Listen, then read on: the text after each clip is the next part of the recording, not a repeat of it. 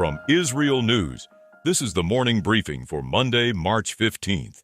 Israel says its military has begun a ground maneuver in southern Lebanon.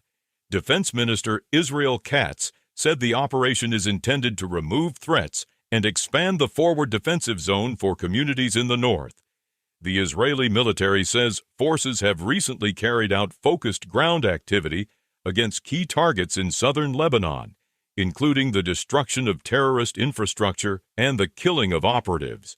This comes as cross-border conflict with Hezbollah enters a new phase. Israeli officials say the operation is designed to deepen the security belt and increase pressure on Hezbollah while also pressing the Lebanese government to act. Reports from Israel say additional brigades have been deployed and that forces are moving toward more forward positions overlooking the Litani area. The development follows continued efforts to reduce rocket and anti-tank fire on northern Israel. Air raid sirens sounded in northern Israel and in the Jerusalem area after fresh launches, while a separate missile that fragmented caused damage to homes in central Israel. In Rishon LeZion, one woman was reported lightly wounded. In Sefa'ad, residents in parts of the city were told to remain indoors and close windows because of concern over a possible jet fuel leak after a missile impact. Authorities are responding while emergency and monitoring teams assess the scene. Israel also continued strikes in Iran overnight. Multiple reports describe a new wave of attacks, including explosions in Iran, as the broader regional conflict remains active.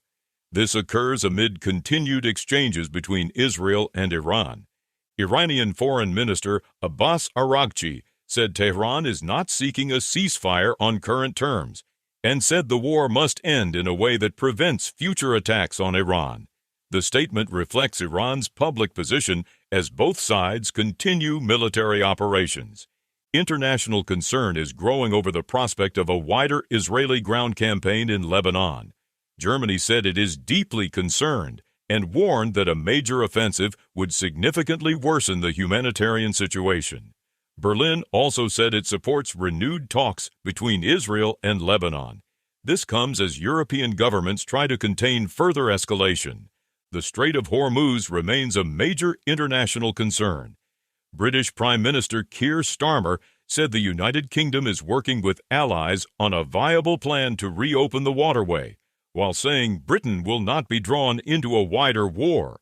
Germany said it does not currently see a NATO role in the strait, while Denmark said it is considering how it might help restore shipping. The development follows pressure from Washington on allies to assist in securing maritime traffic.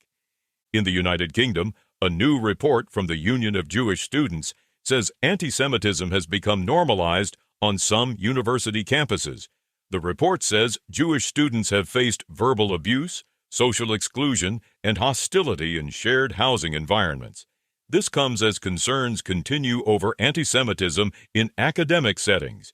In the United States, the University of Florida has deactivated its College Republicans chapter after a student leader was shown in an image making a Nazi salute. University officials said the gesture violated campus policy.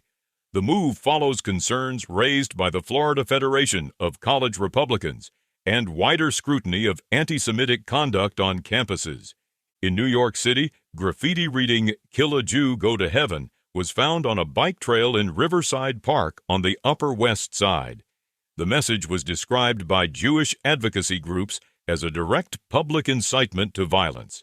This occurs as New York continues to report repeated anti-Semitic incidents. A new NBC News poll finds more registered U.S. voters now view Israel negatively than positively, with the sharpest shift among Democrats and independents. On the question of sympathies, 40% of registered voters said they side more with Palestinians, while 39% said Israelis. The poll reflects broader political changes that are shaping Democratic primaries and the wider U.S. debate over Israel. Those are the latest headlines from IsReal News.